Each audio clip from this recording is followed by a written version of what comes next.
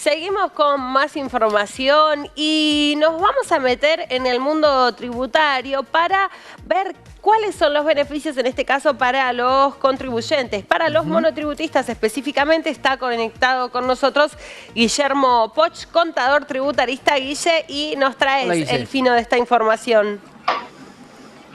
¿Cómo andan? Volvimos con el monotributo. Ahora sí. Queríamos hablar de recaudación.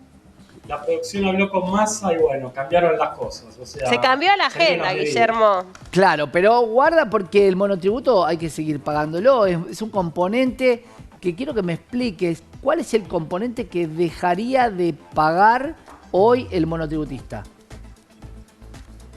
Bueno, hacia el fin de semana, todos saben, ya es noticia periodística. Massa hizo unos anuncios, varios anuncios, y de alguna manera se vuelve sobre la situación del monotributo. Categorías A, B, C y D, habría un diferimiento en cuanto a lo que es el componente tributario. No el SIPA, no la obra social. Estamos hablando de reducciones que van en 500, 1000, 1600 pesos, 2600 pesos en cada una de las categorías. Y lo que se está hablando, y vamos a ver la reglamentación, si es diferimiento o exención sobre esos montos. O sea, en el neto estamos hablando de que una persona se estaría ahorrando. A y B ya lo teníamos exento, principalmente pasaría a ser la categoría C y D la que tendría mayor impacto, que es 1.600 o 2.600 pesos por mes. En adición a eso, en el mundo del monotributo también se estaría dando un financiamiento de 4 millones de pesos, dependiendo de la categoría, con una reducción de tasa de mercado. En la reglamentación veremos cuánto termina siendo esa tasa efectiva de financiamiento, y con una devolución de hasta 24 cuotas. Eso es lo que impacta como noticia, como medida desde el Ministerio de Economía para los monotributistas. Yo vi, Guille, ¿puede que haya visto una tasa del 29%? Me parece demasiado baja. ¿Nos escuchás, Guille? Bueno, vamos a intentar retomar. Puede ser. ¿Puede ser del 29? Demasiada tenencia. Bueno. El 29 quiero... sí, ¿ustedes me escuchan bien a mí o no? Estamos como entrecortados, ahí sí. Ok. Puede ser, Santiago, te la debo exactamente cuál va a ser la tasa de financiamiento, pero lo podemos ver y la semana que viene le damos la noticia a la gente. Sí, porque a una tasa del 29% contra una tasa de referencia del 118%, la verdad es que es una tasa realmente subsidiada, y eso sí puede ser un alivio para poder financiar al monotributista, que también puede aplicarlo a algún tipo de herramienta que necesite, o de algún tipo de software, o de algo que hoy por hoy no puede comprar. Sí, y también que puede ya tener en algunos casos deudas. La gente viene con consumos atrasados, tienen deudas. Ese financiamiento puede contribuir. De alguna manera también, si eso lo comparamos versus esos bonos que se están pensando desde el sector privado, que se tienen que hacer frente a las compañías, me parece que es preferible el financiamiento por parte del Estado o a tasa subsidiada, más que cargarle las mochilas al sector privado. Ahí, como docente de esta pantalla, Guille, nos has contado que la recaudación, el tercer rubro son las retenciones o exportaciones, el impuesto a las exportaciones. Recién hablábamos con bastantes referentes y decía que se puede reemplazar con ganancias. Yo lo que le planteaba es que ganancias es como vos podés. Ganancias es el resultado entre ingreso y egreso. Si vos subís el egreso, te da menos a pagar. Esto es básico. Digo, y también se buscó la idea de poner un impuesto a la tierra. ¿Crees que hay que buscar algún mix para reemplazar esas retenciones que tanto está pidiendo para poder seguir exportando? ¿Se puede llegar a ese nivel de recaudación con un mix de impuestos? Mirá, Santiago, uno de los temas que teníamos para conversar hoy, que habíamos dicho, estaba como vos estás haciendo ahora la introducción, es la parte de la recaudación nacional. A julio 2023, la recaudación desde enero, tenemos el IVA en un 33%, las contribuciones patronales en un 27% en segundo lugar. Ganancias, fíjate que está recién en un 20%. ¿Qué te quiere decir esto? Que hoy se está recaudando mucho más de impuestos en donde la gente consume que la generación de riqueza. ¿Por qué? Porque ganancias grava las rentas generadas por las compañías. Y después aparece en el quinto lugar, bajó la parte aduanera con un 4,7%. Cheque está por arriba, el impuesto al cheque está en un 7,2%. Bajó la recaudación desde la aduana, por todo lo que sabemos, con las imposibilidades de importar, y a su vez, cuando vos estás pensando en exportar, no tenés un dólar competitivo, se genera un signo de pregunta. Claro. Y fíjate que bienes personales está aportando solo el 2%. Imagínate cuánto debiera ser la tasa para que un impuesto a la tierra pasara a ser significativo, cuando bienes personales en su totalidad está grabando el 1,9% de la recaudación total. Entonces, me parece que generaría más perjuicios que beneficios. Argentina tendría que migrar o intentar tener una recaudación muy alta en un impuesto a las ganancias, que lo que te está diciendo es el país está produciendo, pero no a través de un aumento de tasa, porque hoy Argentina, ya un 35% a nivel mundial, es una tasa alta. Y si vos buscás de alguna manera aumentar la rentabilidad de las inversiones para que vengan al país, tenés que pensar en una reducción del impuesto a las ganancias, tal vez más cerca de un 25%, pero que en Argentina, aún hoy cuando es progresivo, la tasa del 25% es para limitadísima cantidad de empresas. Con lo cual, la próxima administración lo que va a tener que hacer foco, como reiteradamente lo decimos, es en la generación de riqueza. Si no tenés una matriz de recaudación muy vinculada con el consumo, y el consumo le impacta más a la gente de bajos recursos porque consumen todo su sueldo. Entonces, cuando vos aplicás un impuesto al consumo, aquel que llega justo a fin de mes sin cobrarle impuesto, cuando le cobras un impuesto le quitas días de llegar a fin de mes. Bueno, por eso también las medidas sobre la devolución del IVA para las jubilaciones, ¿no? En este caso, las compras que se efectúen con tarjeta de débito, Guillermo, en definitiva, para que ese dinero quede como un monto extra para seguir consumiendo. Muy buen apunte, Rocío. Eso de alguna manera se está incrementando hasta 18.000 pesos, hoy está en 4.000 pesos. Eso inclusive debiera ser más alto.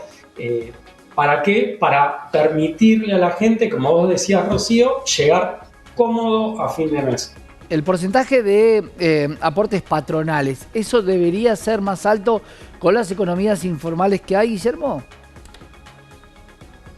Y lo esperable sería que vos tengas un impuesto a las ganancias como top one y después la parte laboral. Lo que pasa es que cuando vos vas a otro dato frío, que es cuánta gente aumenta en cuanto estadísticamente, cuánta gente ingresa al mercado laboral formal vía relación de dependencia, y lo medís contra incremento de monotributistas, está desbalanceado. Tenés mucho más monotributistas que empleados en relación de dependencia. Eso te está diciendo algo. O la gente no quiere soportar a un jefe, entre comillas, por eso quiere ser autónomo. Entre muchas comillas, Guillermo. La verdad. O el método de empleo es a través del monotributo, porque la población joven, a sabiendas que la jubilación viene hacia fines de su carrera profesional o de su, por así decirlo, su parte activa dentro de la sociedad, dice, difiero y prefiero tener más plata en el bolsillo. Eso la dirigencia política lo tiene que estar viendo. Lo que pasa es que cuando la gente pasa al monotributo, de alguna manera, como estamos hay una suerte de reparto, la gente se ve perjudicada desde el lado de la jubilación. Es algo que para mí la dirigencia política tiene que estar haciendo, observando esta situación. Bueno, ahí ya te metiste en otro tema que es muy complejo, jubilaciones, ¿no? Y todo lo que eso implica con cómo se dan, por ejemplo, estas sumas fijas para aquellos que tienen las jubilaciones más bajas, para que justamente no pierdan su calidad de vida ante este contexto inflacionario y por ejemplo, con las jubilaciones más altas, eso no pasa. Se anunció también finalmente, ¿qué sabemos, Guillermo, de este monotributo productivo, de este monotributo social del que habíamos conversado, ¿no? La posibilidad de la puesta en vigencia. Sí, se está hablando y lo que se está es una baja en el costo mensual de alguna manera de lo que sería el monotributo, pero es un nuevo nombre dentro del monotributo, Rocío, lo que ya hoy una categoría A lo tenés eximido a la parte tributaria, o sea, la parte tributaria y componente integrado lo tenés reducido, lo único que se está pagando es sobre el SIPA y la parte de las obras sociales. Es un nuevo nombre desde mi perspectiva. Okay. Lo que hay que pensar es cómo podemos buscar un monotributo productivo en el ámbito de la relación de dependencia. Bienes personales. ¿Por qué, Sí. esto es una pregunta, ¿no? Las propiedades están valuadas a valor fiscal mínimo. Propiedades que valen $300.000, $400.000 están valuadas en 8 millones de pesos. ¿Por qué no se puede modificar eso para por lo menos la segunda vivienda, esa que tenés para alquiler?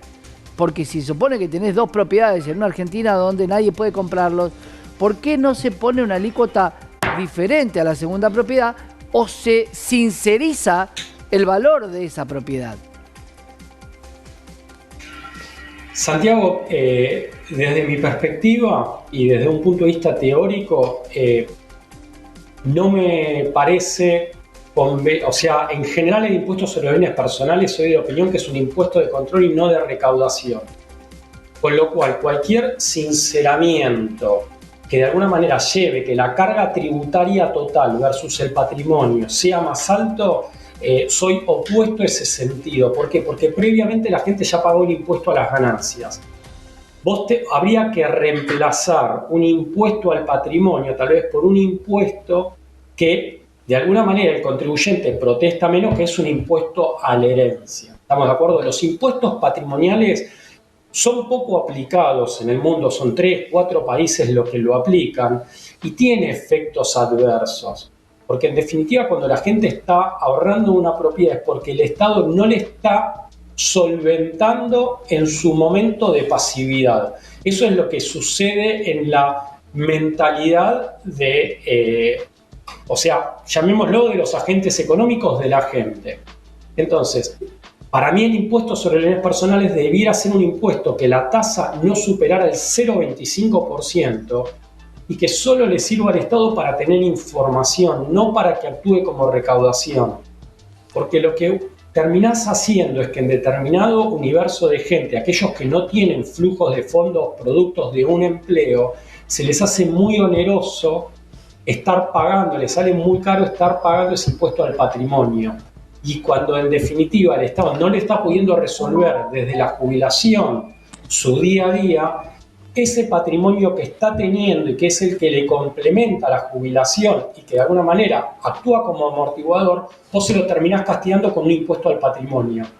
Entonces, no si es ahí única, lo que digo es... A ver, no si tiene una única vivienda. Lo que digo es, vos hoy, de alguna manera, el Estado lo tenés que achicar a la mínima expresión, pero hay un momento donde no lo podés achicar más porque te queda gente por fuera del Estado que necesita del Estado. Entonces la pregunta es, la única forma que tiene el Estado de poder abastecer es a través de la recaudación. Por eso pregunto y quería meterme bien de lleno con vos en cómo es la recaudación hoy en la Argentina, porque muchos se llenan la boca diciendo, bueno, chau retenciones. Hoy es un 4, pero estábamos hablando de un número mayor.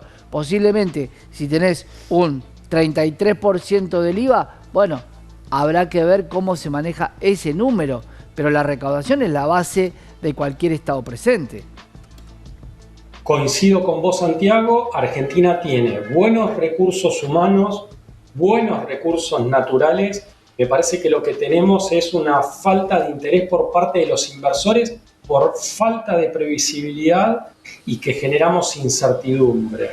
Entonces, si Argentina se focalizara en ser un lugar permeable para las inversiones, automáticamente vos podés aumentar la recaudación, inclusive bajando la presión tributaria. Parece teórico, pero Argentina nunca hizo el esfuerzo para ser un país en donde de alguna manera vos digas, Argentina es estable, tiene una economía consolidada y previsible. En la medida que eso no trabajemos, siempre vamos a estar en medidas parches, o sea, siempre en esas situaciones de desdoblamientos cambiarios. Sí. Argentina lo que tiene que pensar es cómo hacemos para generar mayor riqueza.